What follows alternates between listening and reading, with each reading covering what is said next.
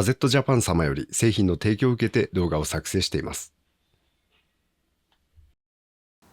ご視聴ありがとうございます。今回はハゼットの珍しい道具 T 型ラチェットレンチといえばいいのかな、8639を紹介します。 T 型ラチェットってありそうでなかなかないっすよね。スライドハンドルとラチェットアダプターを使って似た道具を構築するのはよく見ますが、この8639は一つでそれを実現してくれる製品です。外観はこちらです。樹脂と鉄のハイブリッド、レトロな見た目っすね。全長は 98mm、重量が 69g、 手のひらにぴったりなサイズ、握り込んだ時に力のかけやすい、扱いやすいちょうど良い大きさです。ドライブは渋1、M6、いいとこ M8 くらいまでのネジに対応した道具です。機能的なトピックスとしてプッシュリリース機構を持ちます。ソケット、エクステの付け外しにはこのボタンの操作が必要になります。ラチェットギア数は驚きの20枚。現代の道具ではあまり効かなくなったギアの粗さです。ただ T 型は一般的なラチェットハンドルと異なり、振り角の粗さは気になりにくいと言われることがあります。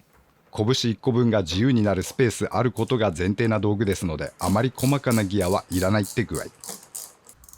なのですが、さすがに20は他メーカーと比べても少ない方となってます。実際手遊びをしてみると、これ大丈夫かと不安になるフィーリングですね。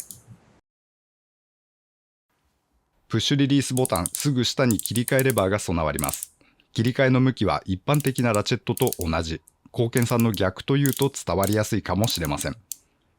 ギアを回すとレバーもパチパチと動きます。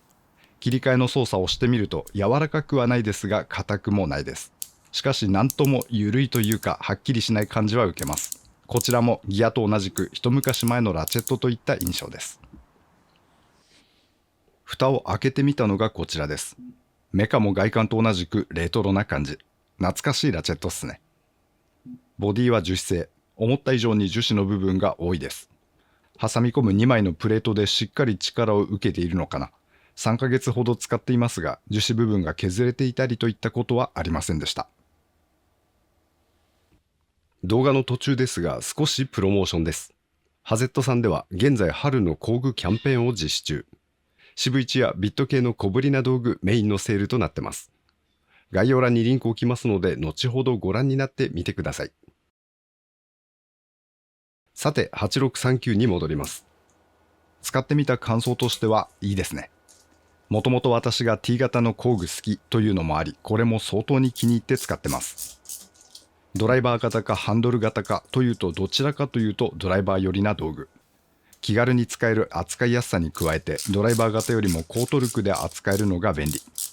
とても使用感の良い道具です。M6 のネジ、私は6とか8ニュートン程度で締め付けるのですが、それらはバンバン緩めていけます。それでいて操作は直線的なので扱いは手軽。ソリッド感っていうんですかね、しっかりとした感じはさすがに T レンチにはかないませんが、それを補うようにラチェットが便利。握り直したり差し直す手間がないというのは素敵な操作感を生んでいます。クラッチカバーやプーリーカバーはこういうグリップタイプの道具を好んで今まで使っていましたが、最近は8639を気に入って使っています。扱いやすい道具ですね。この変哲もないフォルム、形がそつないのもメリットとなることがありまして、握り方があまり制限されません。どの姿勢でも大抵使うことが可能です。T 型は指の形に沿った形状の製品もありまして、それらはフィットする場面では面白いほど力が入れやすく抜群に良いのですが、そのため手首の角度なんかが制限されまして、使う体勢を選ぶことがあるのです。8639は握り込んでも挟み込んでも変な握り方でもなんとなく使えてしまう。パワープレイでは劣る部分はありますが、この気軽さ、扱いやすさは気に入っているところです。基本プッシュリリース機能を持ったエクステンションと組み合わせて使っています。作業始めにまずエクステつけちゃうっすね。エクステンションが必要ない場面でもつけっぱなしで使っていることが多いです。ソケットを直付けすることはほとんどありません。特にシャローはまずつけないです。つけたところでこんな具合なので決して使いやすくはなく、やってもディープとの組み合わせですが、私渋1のディープって持ち運ばないのでエクステンションと組み合わせるのがマストという感じになってます。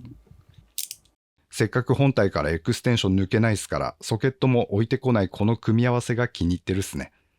サビネジにソケットが引っかかっても強引に引っこ抜いて大丈夫。手の届かないところにソケットを落としてしまうことはありません。プッシュリリースのボタンは押しやすく、誤操作することもありません。すぐそばにある切り替えレバーも同様。触った感じ、カチッとした操作感ではなかったのでどうかなと思っていましたが、使っている際に意図せず触って切り替えてしまうことはありません。ラチェットアダプターを T ラチェットみたいに使おうとすると切り替えダイヤルを触ってしまう問題悩むことはありますが、ハゼットの8639レバータイプの切り替えは何の不満も出ないですね。ギア数の粗さは実際使ってみると気になりませんでした。送り角は18度とダブダブですが、1ノッチずつ送りながら細かく使うようなことはまずありません。だいたい5から6ノッチ、90度以上は送っていることが多いですね。この粗さのため作業スピード厳密には遅くなっているのでしょうが、極端に操作フィールが落ちているとかそういう感想は持っておりません。保管や持ち運びでかさばらないのも良いところ。ラチェットアダプターとスラハンの組み合わせですとどうしても図体は大きめで道具入れの中で塊感が出てしまいますが、8639はシュッとスリム。邪魔にならず持ち運びがしやすいです。気になったところとしては片手での扱いが若干難しいと感じることです。ラチェットが効かなくなった時の操作がちょっとやりにくく、指でエクステつまんで送ろうにも何ともしっくりきません。両手が使えれば手のひらや指先を使ってグリグリ回していけるんですけど、片手しか使えない時、反対の手は部品を押さえている時などで不便を感じることはあるっすね。改善を期待して内部のスプリングを変更し空転を軽くしてみましたが、結果使いやすくはなりませんでした。むしろスプリング軽くしてしまうとラチェットのフィーリングがふにゃふにゃ、信頼感のないものとなりましてネガの方が大きく感じてしまいます。ですから私は吊るしの状態、何もしない状態で使うことにしています。それからプッシュリリースのボタンがちょっと妙で、私の個体のみかもしれませんが、ボタンを押しすぎると具合が悪くなる、入らないし外せなくなってしまうことがあります。ですから押し込みすぎないようにしてます。今は慣れましたが、最初のうちはボタンを押しているのに抜けなくて結構戸惑う操作感だったっすね。要望としてはギア部分のアップデートを望みます。実使用では問題ないとお伝えしましたが、なんとも物足りなさは感じます。本当に足りてるんですよね。20ギアでもほとんど問題を感じることはありませんが、頭とか心が20ギアを拒否ると言えば伝わりますでしょうか。せめてこの倍くらいあればと感じてしまいます。タギア化すれば片手で扱った際の印象も変わりそう。最近はタギア化とともにパウルと噛み合うギア数を多くすることで対トルク性能を向上した製品が多く登場しています。ハゼットも90枚の高耐久ギア持ってますから、ぜひこの8639も現代水準へのアップデートは欲しいなと感じました。ハゼットの T 型ラチェット8639、小気味良いラチェットです。決して必須な道具ではないです。なくてもなんとかなっちゃう道具。そんなに作業は早くならないし、使える幅が広くもない。かといってピンポイントでバチッと決まる道具でもないかもしれません。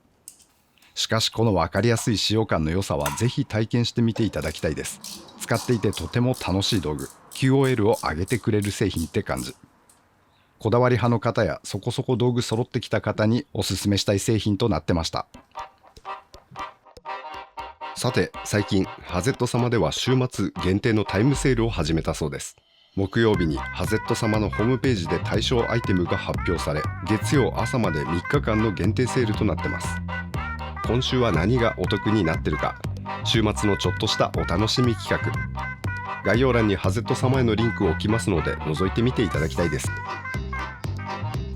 ご視聴ありがとうございました。当チャンネルではこんな感じに道具の紹介をしております。お時間ございましたら他の動画も覗いていってみてください。皆様には再びお会いできますことを願っております。それでは次回まで。せや。